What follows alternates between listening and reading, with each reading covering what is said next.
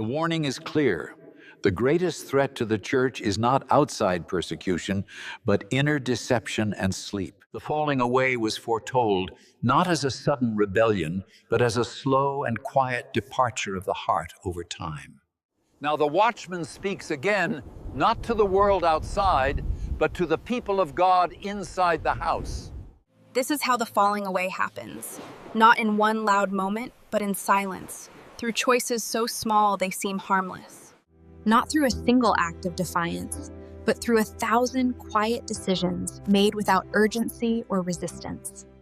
A prayer delayed, a scripture skipped, a conviction softened, and a boundary slowly blurred without alarm. Life grows louder, schedules fill, comfort settles in, and devotion quietly begins to compete with distraction.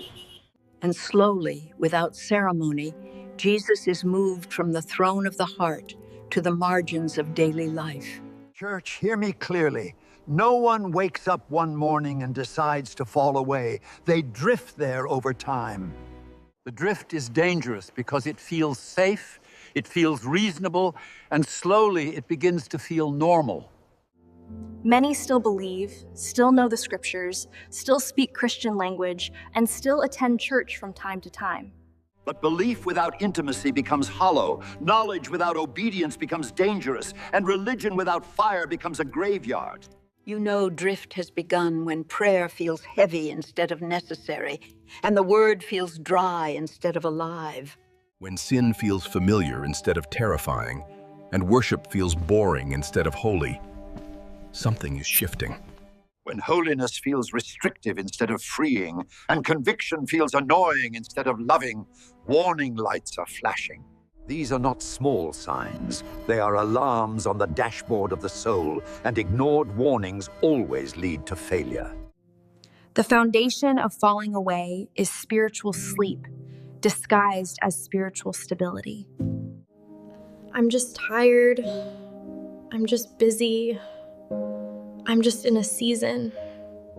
The enemy does not need to destroy a sleeping church. He only needs to keep it asleep. Hear the word of the Lord. You are not under attack. You are under sedation. Here is the truth few want to hear. You cannot accidentally grow close to Jesus. Closeness requires pursuit, intimacy requires sacrifice, and fire always requires fuel.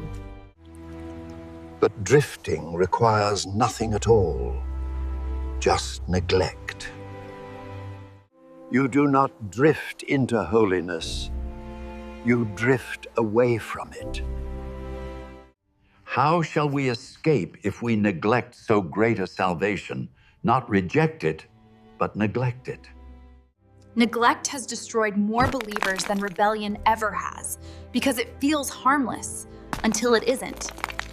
Falling away always begins small. A devotion missed, a compromise justified, a prompting ignored. I'll get back on track soon, but soon keeps moving, and the drift keeps widening.